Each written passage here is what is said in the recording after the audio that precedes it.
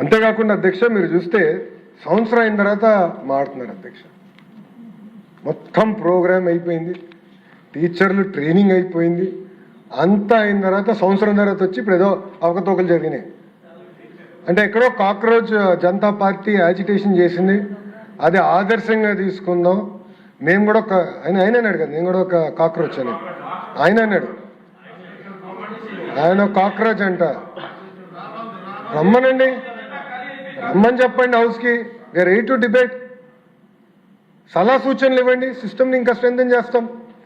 అంతేగాని 3 గంటలు press meet పెట్టి మేమైతే సిద్ధంగా లేము, చాలా స్పష్టంగా సమాధానం చెప్పేదానికి మేము సిద్ధంగా ఉన్నాం.